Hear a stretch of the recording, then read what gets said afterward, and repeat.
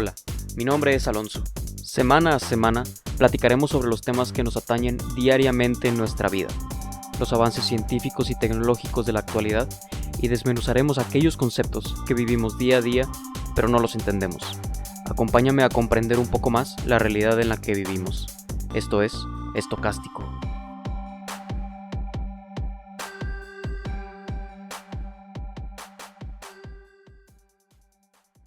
Bueno, pues bienvenidos sean todos a este primer episodio del podcast Estocástico, episodio piloto titulado Los hijos del hambre.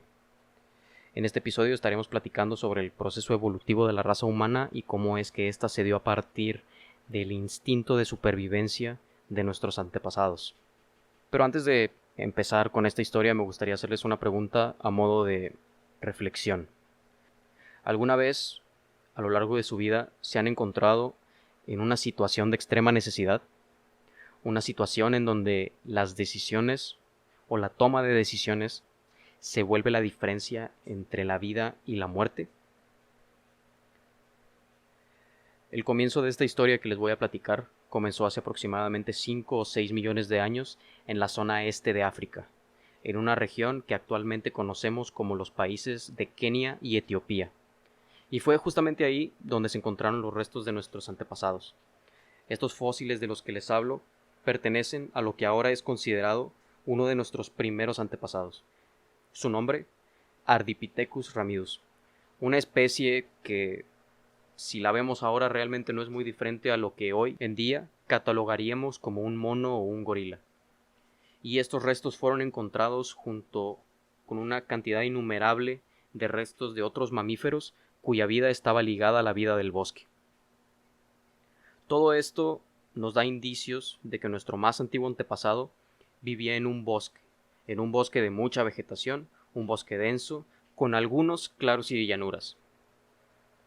Sin embargo, un bosque o las condiciones climáticas a las que nos referimos no coinciden con las condiciones climáticas que conocemos actualmente de los países de Kenia y Etiopía, que son países que se sabe que tienen un amplio territorio árido y pocas precipitaciones a lo largo del año. Pero hace 5 millones de años, esta zona estaba cubierta por enormes bosques, situados alrededor de ríos y en torno a lagos. Fueron las modificaciones geológicas a lo largo de millones de años lo que provocó que de repente hubiera una reducción periódica de los alimentos de los que habitualmente consumían estos simios, o mejor dicho, nuestros antepasados. Los árboles empezaron a morir, los bosques comenzaban a desaparecer y junto con los bosques desaparecía la comida. La verdad es que cada vez era más difícil para nuestros antepasados conseguir frutos en los árboles e inmersos en esta realidad se vieron obligados a caminar. Caminar, una actividad para la cual no estaban diseñados. Fueron obligados a caminar extensiones muy amplias de terreno para poder conseguir alimento. Se vieron en la necesidad de descender para encontrar raíces enterradas comestibles en el suelo. Comer ahora representaba un peligro. Representaba una aventura que podía terminar en una tragedia, ya que las llanuras estaban llenas de depredadores listos para atacar. Nosotros no podemos pedirle a nuestro perro, por más entrenado que el perro esté, que haga su caminata diaria completa en 2 patas. Simplemente es algo que no se puede. Ahora imaginen, para un simio con una estructura parecida a la de un chimpancé, es muy difícil o casi imposible mantener una velocidad constante o inclusive correr en solamente 2 patas. Sin embargo, nuestros antepasados lo hicieron. Pero aquí hay que tomar algo en cuenta. Nuestros antepasados no aprendieron a caminar de un día para otro, ni tampoco apareció un ente mágico ni divino que los enseñó a caminar. Fue evolución. Así como los movimientos lunares producen cambios en la marea de los océanos, o un cambio en la temperatura produce una transferencia de calor, la evolución fue causa de una lucha continua contra el clima y el hambre. Todos los cambios físicos y conductuales que conocemos actualmente de nuestra especie se derivaron de la supervivencia ante sequías, los siglos de frío glacial y el hambre constante que dominaron los últimos millones de años. El frío, las sequías y el hambre fueron nuestros más grandes enemigos durante millones de años, pero a la vez fueron nuestros mejores maestros. Somos hijos del hambre. Pero bueno, a todo esto, ¿qué es la evolución? La evolución como tal es el proceso en el que todos los organismos se adaptan al cambio. Todos conocemos o hemos oído hablar del padre de la evolución, Charles Darwin, y él ponía a prueba una teoría preguntándose: ¿nosotros podríamos dudar de que los individuos u organismos que tienen una ventaja sobre otros, por más ligera que esta ventaja sea, tendrán más probabilidades de sobrevivir y reproducir su especie? A esto Darwin los llamó selección natural, o como coloquialmente se le conoce, la ley del más fuerte. La naturaleza actúa sobre nosotros y sobre todos los organismos como un ganadero que permite solamente la reproducción de las vacas que producen una mayor cantidad de leche, e impide la reproducción de aquellas que producen una cantidad menor, porque por obvias razones le harán ganar menos dinero. Hay que tener algo muy en cuenta cuando se habla de evolución, y es que tanto los hombres como todas las demás especies no somos Pokémon. Nosotros no podemos evolucionar a diestra y siniestra para hacernos más poderosos en cuestión de segundos, ni en días, y menos en siglos. La evolución de todas las especies se da a la par del tiempo geológico, que se mide en millones de años. Y pues bueno, este es el problema principal que tenemos nosotros los seres humanos al querer entender o comprender la evolución, ya que asimilar enormes dimensiones de tiempo es muy complicado para nosotros. Nosotros podemos asimilar situaciones en espacios de tiempo que están dentro de nuestro espectro de entendimiento.